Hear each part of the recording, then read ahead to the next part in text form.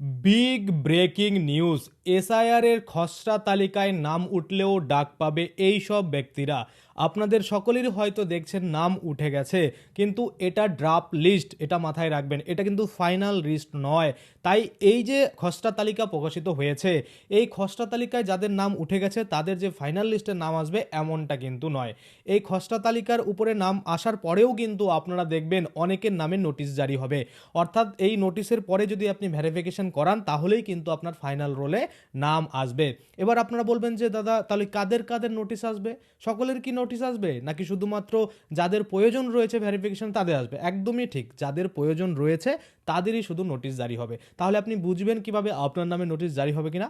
আজকে আমি আপনাদের বলে দেবো। আপনারা যখন এসআইয়ের ফর্মটা ফিল আপ করে জমা দিয়েছিলেন, সেটার উপর ভিত্তি করে আপনি বুঝতে পারবেন যে আপনার যে এই এসআইআর ফর্ম ফিল আপ করার ভিত্তি, সেটার উপরে ভিত্তি করেই কিন্তু আপনারা দেখতে পাবেন যে আপনাদের নামে নোটিশ জারি হবে কিনা। তো সবার প্রথমেই আমি আপনাদের দেখুন বলেছি যে খসড়া তালিকায় নাম উঠলেও নোটিশ জারি হবে এই ব্যক্তিদের। তাহলে কোন ব্যক্তিদের হবে? দেখুন, আমরা দেখেছিলাম খসড়া তালিকা যখন বেরোয়ছিল, তখন আমরা যখন ডাউনলোড করি ম্যাক্সিমাম প্রত্যেকটা মানুষেরই নাম কিন্তু এসেছে। শুধুমাত্র কাদের নাম আসেনি? যারা মনে করুন তাদের ভোটগুলো ট্রান্সফার করে নিয়ে চলে গেছে, তাই না? যারা অলরেডি ট্রান্সফার করে নিয়েছে তাদের নামগুলো আসেনি। যেসব ভোটারগুলো মৃত, সেই সব ভোটারগুলোর নাম আসেনি, তাই না? এই রকম ভোটারগুলো বাদ পড়েছে। তা এটা হলো দুই রকম। আরেকটা হচ্ছে যে ধরুন কোনো ভোটারকে খুঁজে পাওয়া যায়নি বা অ্যাবসেন্স রয়েছে, তাদের ক্ষেত্রেও কিন্তু খসড়া তালিকায় নাম আসেনি। তাহলে এই তিন ধরনের নাম প্রথমেই বাদ হয়ে গেল, তাই না? এবার নতুন করে যে নাম বাদ হবে সেটা হচ্ছে ভেরিফিকেশনের ভিত্তিতে। অর্থাৎ এই যে খসড়া তালিকায় নাম উঠে গেল, এবার আপনাদের নামে নোটিশ জারি হবে। ইতিমধ্যে হয়তো অনেকে নোটিশ পেয়েও গেছেন। যদি কেউ পেয়ে থাকেন কমেন্টে জানাবেন বা আমাকে হোয়াটসঅ্যাপে কিন্তু পাঠাতে পারেন। তাহলে কিন্তু আমি সেই নোটিশটা নিয়েও আপনাদের জন্য ভিডিও, এবং সাথে সাথে তো আমি আপনাদের দেখিয়ে দিই কোন কোন ডকুমেন্ট আপনাদের লাগবে এই নোটিশ পাওয়ার পরে, যে আপনারা ভেরিফিকেশন যাবেন তখন। তো এবার প্রথম ব্যক্তি হচ্ছে, এমন ধরুন আপনি এসআইয়ের ফর্ম ফিল আপ করিয়েছিলেন, করানোর সময় আপনি 2002 সালের সাথে আপনার বাবা মা বা আপনার দাদু দিদা বা ঠাকুরদা ঠাকুরমার সাথে লিঙ্ক দেখাতে পারেননি, তাহলে আপনাদের যে কোনো ডকুমেন্টস দেখাতে হবে। এবার এসআইয়ের ফর্মের সময় তো কোনো ডকুমেন্টই চাওয়া হয়নি, তাহলে তো ডকুমেন্ট ভেরিফিকেশনের জন্য আপনার নামে নোটিশ জারি হবে। তাহলে আপনাকে ডকুমেন্ট নিয়ে আপনাকে ভেরিফিকেশনে যেতে হবে। তাহলে আপনারা এটুকু বুঝে গেলেন যে যারা 2002 সালের সাথে কোনো আত্মীয়ের সরাসরি মিল দেখাতে পারেননি, তাদের কিন্তু, বা তাদের কোনো লিঙ্ক করাতে পারেননি, তাদের কিন্তু নোটিশ জারি হবে। এবার নোটিশ জারি হওয়ার পরে আপনি তাহলে যখন ভেরিফিকেশন যাবেন, তখন কি আপনার নামটা ভেরিফিকেশন হয়ে যাবে কি হবে না? দেখুন, এবার ভিত্তি করবে, মানে আপনার ডকুমেন্টের উপরে ভিত্তি করে আপনি ভেরিফিকেশন করাতে পারবেন নাকি আপনার নামটা বাদ পড়বে, সেটা আপনার উপরে ডিপেন্ড করবে। কারণ আমরা জানি টোটাল কিন্তু 11টা ডকুমেন্টের কথা বলা হয়েছে ভেরিফিকেশনের জন্য, বা এসআইআর এ ভেরিফিকেশনটা, নামটা ভেরিফিকেশন করতে বা নামটা তুলতে। সেই 11টা ডকুমেন্টের মধ্যে যদি আপনার কোনো একটা থেকে থাকে, তাহলে আপনার আর কোনো কিন্তু চিন্তা নেই। কেননা এই 11টা ডকুমেন্ট যদি আপনার থাকে, তাহলে তো আপনার হয়ে গেল, আর কোনো প্রয়োজন নেই। আপনি একটা দিয়ে কিন্তু ভেরিফিকেশন করাতে পারবেন, এবং ফাইনাল যখন ভোটার লিস্ট প্রকাশিত হবে তখন কিন্তু আপনার নাম অবশ্যই থাকবে।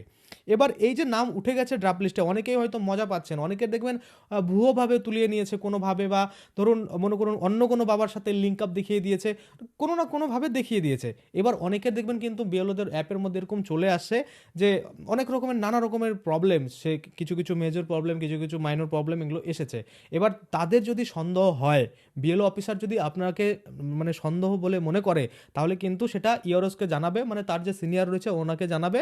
এবার তারা কিন্তু আপনার নামে নোটিশ জারি করে দেবে, এবং যখন নোটিশ জারি করে দেবে আপনি আপনার ডকুমেন্ট নিয়ে যাবেন, ভেরিফিকেশন করাতে পারলে আপনার নামটা চলে গেল ফাইনাল লিস্টে। আর যদি ভেরিফিকেশন না করাতে পারেন তাহলে কিন্তু বাদ পড়বে। এবার দেখুন একটা জিনিস, মানে কত সুন্দরভাবে কাজগুলো ধাপে ধাপে হচ্ছে। যেমন প্রথমত ডেড ভোটার যেগুলো ছিল সেগুলো বাদ পড়ে গেল। তারপরে যেগুলো ট্রান্সফার করিয়ে নিয়েছে, ডবল এন্ট্রি ছিল, মনে করো এখানেও আছে ওখানেও আছে, সেটাও বাদ পড়ে গেল। তারপরে ধরুন কিছু কিছু ভোটার নেই, অ্যাবসেন্স, মানে তাদের অস্তিত্ব নেই, বাস্তবে কোনো, মানে তাদের অস্তিত্ব নেই। যেমন ধরুন একটা নাম রয়েছে, একটা অ্যাড্রেস রয়েছে, সেখানে গিয়ে দেখলাম সেই ব্যক্তির কোনো অস্তিত্বই নেই, অর্থাৎ ওই ব্যক্তি নেই, মানে ওই ব্যক্তি কোনোদিন ছিলই না ওখানে, বা অ্যাবসেন্ট। তাহলে সেক্ষেত্রে এগুলোও বাদ হয়ে গেল। তাহলে প্রথমে কিন্তু অনেকটা মানে জঙ্গলমুক্ত হয়ে গেল ভোটার লিস্ট। তারপরে এবার যখন ভেরিফিকেশন হবে, অনেকেই কিন্তু ভেরিফিকেশন যাবে না। কেননা ধরুন অনেকেই এমন খালি ফর্ম জমা দিয়ে দিচ্ছে, মানে আমরা যে জায়গায় আত্মীয়র জায়গায় লিখেছিলাম যে 2002 সালে আমাদের এই আত্মীয় রয়েছে, অনেকের তো নেই, তাই না? তো যাদের নেই তারা খালি ফর্ম জমা করেছে। এবার খালি ফর্ম জমা করলে আপনাকে তো ওই 11টা ডকুমেন্টের মধ্যে একটা যে কোনো দেখাতে হবে। এবার আপনি যদি ওই 11টা ডকুমেন্টের মধ্যে যে কোনো একটা দেখাতে পারেন, তাহলে আপনার নামটা ফাইনাল ফাইনাল লিস্টে আসবে, ভোটার লিস্টে, না হলে কিন্তু আসবে না।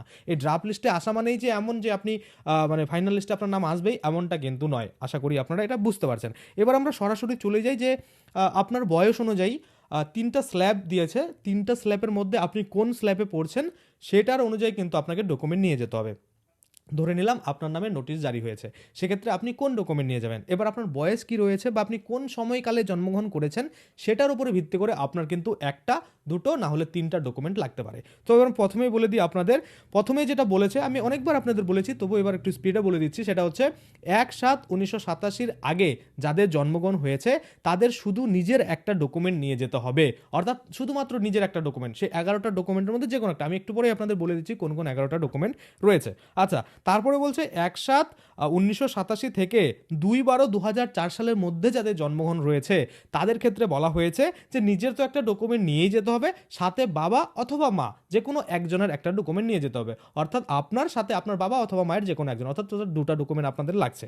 আচ্ছা, এবার তৃতীয় স্ল্যাবটাতে কি বলেছে যে 2/12/2004 পরে যারা জন্মগ্রহণ করেছে তাদের ক্ষেত্রে নিজের তো ডকুমেন্ট লাগছেই এবং সাথে বাবা মা দুজনেরই কিন্তু ডকুমেন্ট লাগছে। অর্থাৎ প্রথম স্ল্যাবে দেখলাম শুধুমাত্র একটা ডকুমেন্ট লাগছে নিজের, দ্বিতীয় স্ল্যাবে দেখলাম দুটো ডকুমেন্ট লাগছে, একটা নিজের একটা বাবা অথবা মায়ের, এবং তৃতীয় স্ল্যাবে আমরা দেখলাম যে তিনটা ডকুমেন্ট লাগছে, একটা নিজের, একটা বাবার, একটা মায়ের, হয়ে গেল। এই হচ্ছে টোটাল। এবার আপনারা বলবেন যে কোন কোন ডকুমেন্ট তাহলে রয়েছে। দেখুন, আপনাদের আমি বহুবার বলেছি এই ডকুমেন্টগুলো কিন্তু যদি থাকে তাহলে আপনারা কিন্তু অনায়াসে আপনাদের যে এসআইআর ভেরিফিকেশন সেটা করাতে পারবেন। তাহলে প্রথমেই দেখি কি বলেছে, 1 নম্বরে বলেছে যে সরকারি কর্মচারী পরিচয়পত্র, অর্থাৎ আপনি যদি সরকারি কর্মচারী হয়ে থাকেন তাহলে আপনার আইডি কার্ড হতে পারে, যে কোনো পেমেন্ট স্লিপ হতে পারে, যা থাকে যেটা দিয়ে প্রমাণ হবে যে আপনি সরকারি কর্মচারী, তাহলেই কিন্তু হয়ে যাবে। এবার এটার ক্ষেত্রে কোনো দেখুন ডেট উল্লেখ নেই, কত সালের লাগবে সেটা কিন্তু বলা নেই, তো সেক্ষেত্রে আমরা বলতে পারছি না কত সালের লাগবে, তাই না। এবার দ্বিতীয় নম্বরে বলেছে 1987 পূর্ব নথি, অর্থাৎ 1987 সালের যদি পূর্বের নথি আপনার থাকে, এগুলো এগুলো বলতে কোনগুলো, ব্যাংকের অ্যাকাউন্ট, পোস্ট অফিস, এলআইসির কাগজ, এগুলো যদি থাকে সেটা কিন্তু অবশ্যই 1987 সালের আগে হতে হবে, তাহলে কিন্তু আপনি ভেরিফিকেশন করাতে পারবেন। আশা করি আপনারা বুঝতে পারছেন। এটার ক্ষেত্রে যেমন সালটা উল্লেখ করে দিয়েছে, প্রথমের ক্ষেত্রে আমরা দেখেছিলাম যে সরকারি কর্মচারী যে আইডি প্রুফ বা পরিচয়পত্র সেটার ক্ষেত্রে কিন্তু সাল কিন্তু উল্লেখ করেনি। আচ্ছা, তৃতীয় নম্বরে চলে আসি। তৃতীয় নম্বর বলছে জন্মের শংসাপত্র, অর্থাৎ আপনার কাছে বার্থ সার্টিফিকেট থাকলে সেটা দিয়ে আপনারা ভেরিফিকেশন করাতে পারবেন। তারপরে যদি দেখি পাসপোর্ট রয়েছে 4 নম্বরে, 5 নম্বরে রয়েছে শিক্ষা প্রতিষ্ঠান সার্টিফিকেট, বেকেটে বলছে মাধ্যমিক। এগুলো কিন্তু ইম্পর্টেন্ট, কারণ আপনারা বলবেন 8 পাস নিয়ে চলে যাবো, সেক্ষেত্রে ভেরিফিকেশন হবে না, কারণ বেকেটে মাধ্যমিক বলেছে, অর্থাৎ যেখানে আপনার ডেট অফ বার্থ লেখা থাকে, ওয়ার্ডে দেখবেন ডেট অফ বার্থ লেখা থাকে, তো সেক্ষেত্রে মাধ্যমিকটা লাগবে, এখানে কিন্তু বেকেটে বলেছে।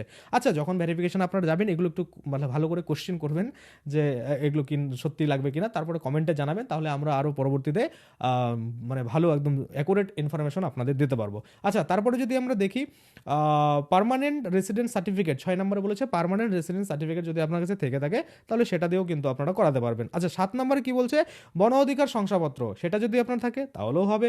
কাস্ট সার্টিফিকেট, অর্থাৎ ওবিসি, এসসি, এসটি, এই যে কাস্ট সার্টিফিকেট, এটা যদি থাকে আপনার কাছে সেটা দিয়েও হবে।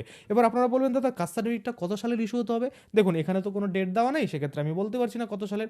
যখন আপনারা সেখানে যাবেন দেখবেন যে নতুন যে কাস্ট সার্টিফিকেটগুলো হয়েছে সেগুলো হয়তো অ্যাকসেপ্টেবল হবে না, কারণ আপনারা জানেন 2011 সালে অনেক ভুয়োভাবে তৈরি হয়েছে, তো সেগুলোকে মনে হয় না গুরুত্ব দেবে। আগের যদি আপনার থেকে থাকে ম্যানুয়াল হাতে লেখা সার্টিফিকেটগুলো, তাহলে হয়তো আপনাদের কাজ দিলেও দিতে পারে, আমি জানি না, যখন মানে ডেট যখন উল্লেখ নেই তখন আমরা বলতে পারবো না কত সালে লাগবে, তাই না। তারপরে কি বলছে, 9 নম্বরে এনআরসির নথি, সেটা যদি থাকে তাহলেও হয়ে যাবে। এর আগে যখন এনআরসি হয়েছিল তখন সেটার যে মানে নাগরিক রেজিস্টারের যে সার্টিফিকেট, সেটা যদি আপনার থেকে থাকে তাহলেও হয়ে যাবে।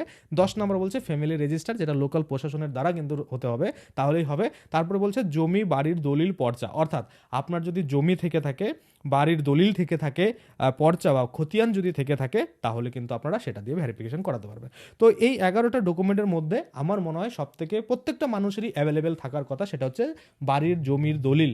এটা কিন্তু প্রত্যেকের কাছে থাকে, কারণ বাড়ি করে আছেন আপনারা, অবশ্যই তাহলে বাড়ি ভিটা আপনার রয়েছে, সেই বাড়ি ভিটার জমির দলিল আপনার রয়েছে, তাহলে সেটা কিন্তু অবশ্যই আপনারা নিয়ে ভেরিফিকেশনে যেতেই পারেন।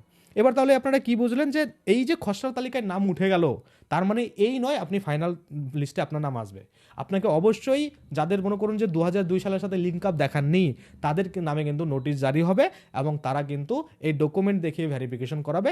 যদি ভেরিফিকেশন সম্পূর্ণ করাতে পারে তাহলে তাদের ফাইনাল রোলে নাম আসবে, যদি না করাতে পারে তাহলে আসবে না। আশা করি আপনারা বুঝতে পারছেন, কোনো রকম প্রবলেম থাকার কথা নেই। যদি কোনো রকম প্রবলেম থাকে তাহলে অবশ্যই কমেন্টে জানাবেন, আমি কিন্তু আপনাদের কমেন্টের রিপ্লাই তৎক্ষণাৎ দিয়ে দেবো। তো আজকের জন্য ভিডিওটা এখানেই শেষ করছি। যদি ভিডিওটা ভালো লাগে অবশ্যই একটা লাইক করে দেবেন। যদি আমার চ্যানেলে প্রথমবার ভিজিট করে থাকেন, নিচে একটা রেড কালার সাবস্ক্রাইব বাটন দেখবেন, ওখানে ক্লিক করে সাবস্ক্রাইব করতে পারেন। আর সাথে সাথে যে বেল আইকনটা রয়েছে ওখানে ক্লিক করে বেল আইকনটাকে এনাবল করে দেবেন। তাতে করে কী হবে, যখনই আমি এই ধরনের কোনো ভিডিও বানাবো সেটার যে নোটিফিকেশন সেটা কিন্তু আপনার কাছে পৌঁছে যাবে। ধন্যবাদ।